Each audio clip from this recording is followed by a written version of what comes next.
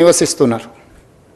ఇంత జనాభాకు అవసరమైన తాగునీరే కానీ పరిశ్రమలకు కానీ అభివృద్ధి కోసం ఏ రకమైన ప్రణాళికలు చేపట్టాలని ఆలోచన చేసినప్పుడు కృష్ణానది జలాలను గోదావరి నది జలాలను ఈ ప్రాంత ప్రజల యొక్క దాహార్తిని తీర్చడానికి స్వతంత్ర భారతదేశంలో మనం ప్రయత్నం చేసినాం.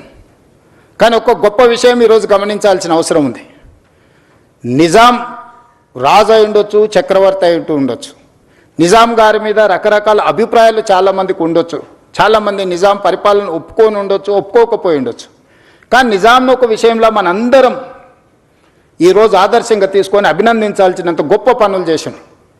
1908లో ఉప్పెన వచ్చి ఈ నగరాన్ని కమ్మేసినప్పుడు 10 నుంచి 15,000 మంది ప్రాణాలు పోయినప్పుడు ఈసా నది మూసా నది ఈ నగరంని కప్పేసి ఉప్పెనగా మారి వేలాది మంది ప్రాణాలను బలిగొన్నప్పుడు నిజాం ప్రభువులు చెల్లించిపోయి ఈ నగరంలో ప్రజలకు ఈ ప్రమాదం ఉండకూడదు, ఏమి చెయ్యాలని ఆలోచన చేసి 1908 వచ్చిన ఫ్లడ్స్లో ప్రపంచంలోనే ఎక్స్పర్ట్స్ కోసం టెండర్ పిలిచి మోక్షగుండం విశ్వేశ్వరయ్యను ఒక గొప్ప ఇంజనీర్ని ఈ వరదల్ని నియంత్రించడానికి, ఈ ఉపద్రవం నుంచి తన నగరాన్ని తన ప్రజల్ని కాపాడుకోవడానికి ప్రణాళిక సిద్ధం చేసి ఆనాడు వారిచ్చిన ఆదేశాల మేరకు మోక్షగుండం విశ్వేశ్వరయ్య ఇచ్చిన డిజైన్స్ అనంతగిరి కొండల్లో నుంచి వచ్చే మూసా నది, పరిగి ప్రాంతం నుంచి వచ్చే ఈసా నది, ఈ రెండింటి యొక్క వరదల్ని నియంత్రించడానికి, నియంత్రించిన నీళ్లను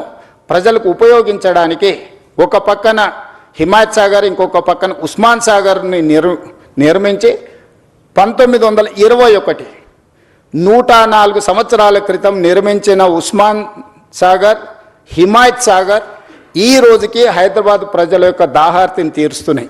100 సంవత్సరాలు పూర్తయిన చెక్కు చెదరకుండా కట్టడాలు వరదల్ని నియంత్రించడమే కాకుండా హైదరాబాద్ నగర ప్రజల్ని కాపాడడమే కాకుండా ఈ నగరానికి వ్యాపారం కోసము, విద్య కోసము, ఉపాధి కోసం వచ్చే కోట్లాది మంది దాహార్తిని తీర్చే ప్రాజెక్టులుగా ఈరోజు ఒక గొప్ప మన్నన పొందిన ప్రాజెక్టులు నిజాం ప్రభువు నిర్మించిండు.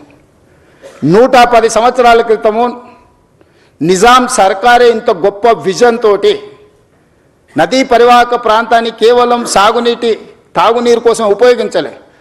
Historical heritage structures Taramati Baradari నుంచి మొదలు పెడితే Charminar, Salarjung museum, high court, city college, you name it anything, Quli Qutb Shahi tombs నుంచి మొదలు పెడితే ఒక గొప్ప సంస్కృతిని, వారసత్వ సంపదను, Osmania hospital, Osmania university, city hall, town hall, today it is council member of legislative council 16th నుంచి అక్కడ నడపబోతున్నాం. స్వతంత్రం వచ్చిన తర్వాత